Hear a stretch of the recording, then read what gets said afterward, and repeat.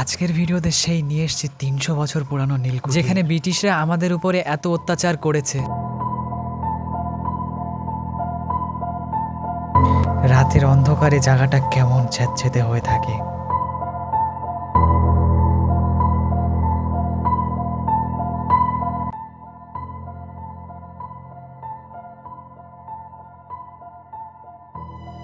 নীলকুঠির বিখ্যাত ৩০০ বছর পুরানো, যেটা একসময় ব্রিটিশরা শাসন করে গেছে। আজ সেখানে এসেছি, তো তোমাদের সমস্ত ডিটেলস বলছি, দেখতে থাকো। বন্ধুরা, আমরা এখন সেই বিখ্যাত নীলকুঠিরের সামনে আছি, যা প্রচুর নামে এবং প্রচুর স্মৃতি নিয়ে জড়িয়ে আছে। এটা একটা স্তম্ভ না, এটা একটা আমাদের দেশের নাগরিকদের শাসন করার জন্য ইংরেজরা বানিয়েছে। সেই ইংরেজরা কিন্তু আর নেই আমাদের সঙ্গে। তো আমরা এখন সেই নীলকুঠিরের একদম পুরো সামনে।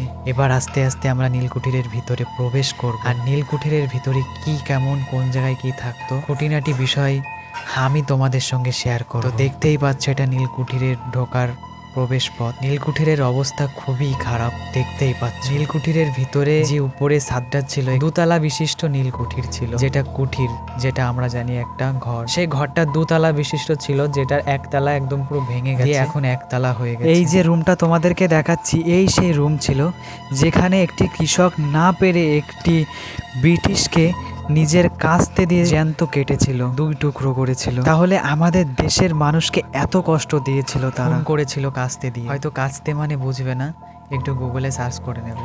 যেমন বন্ধুরা, আমাদের ইংরেজরা অনেক কিছু শিখিয়েও দিয়ে গেছে, তেমন আমাদের প্রচুর জিনিস ইংরেজরাও নিয়েও চলে গেছে। এখন যে জায়গাটা দিয়ে প্রবেশ করছি, এটা জাস্ট একটা উপরের ছাদ ভেঙে নিচে পড়ে গেছে, সেই জায়গাটাকে সিঁড়ি হিসাবে ব্যবহার করে। আর এই যে সেই জায়গাটা এতটা পরিমাণ অন্ধকার, বাজে, পুরো ছমছমে ভাব, যেখানে ডিফিকাল্টি মারাত্মক ভয় করছে। আর উপর থেকে তো ইট গুলো তো দেখতেই পারছো কেমন খসে খসে, দেখেই বোঝা যাচ্ছে কতটা পুরনো হতে পারে এই নীলকুঠিরটা। আর এই যে সেই নীলকুঠিরের দোতলায় আমরা এখন উঠছি, সেই সিঁড়ি বয়ে। নীলকুঠিরের পিছনে বন্ধুরা প্রচুর কাহিনী আছে, যদি চাও তাহলে আবার একটা নেক্সট পার্ট নিয়ে আসতে পারি তোমাদের জন্য। এই যে বন্ধুরা, সেই নীলকুঠিরের দোতলার ওপরে এখন আমরা দাঁড়িয়ে আছি। দেখে বুঝতে পারছো যে জায়গাটা দাঁড়িয়ে আছি সেটা একটা জাস্ট রডের উপরে দাঁড়িয়ে আছি। সেই নীলকুঠিরের উপরে যেটা বলেছিলাম দোতলা বিশিষ্ট একটি নীলকুঠির, যেটা এখন হয়ে গেছে একতলা। উপরে বন্ধুরা ফলস সিলিং করা রয়েছে বলেই সেই জন্য একতলা এখনো আছে, না হলে এতদিন হয়তো ভেঙেও যেত। বন্ধুরা, আমার অনেক দিনেরই ইচ্ছা ছিল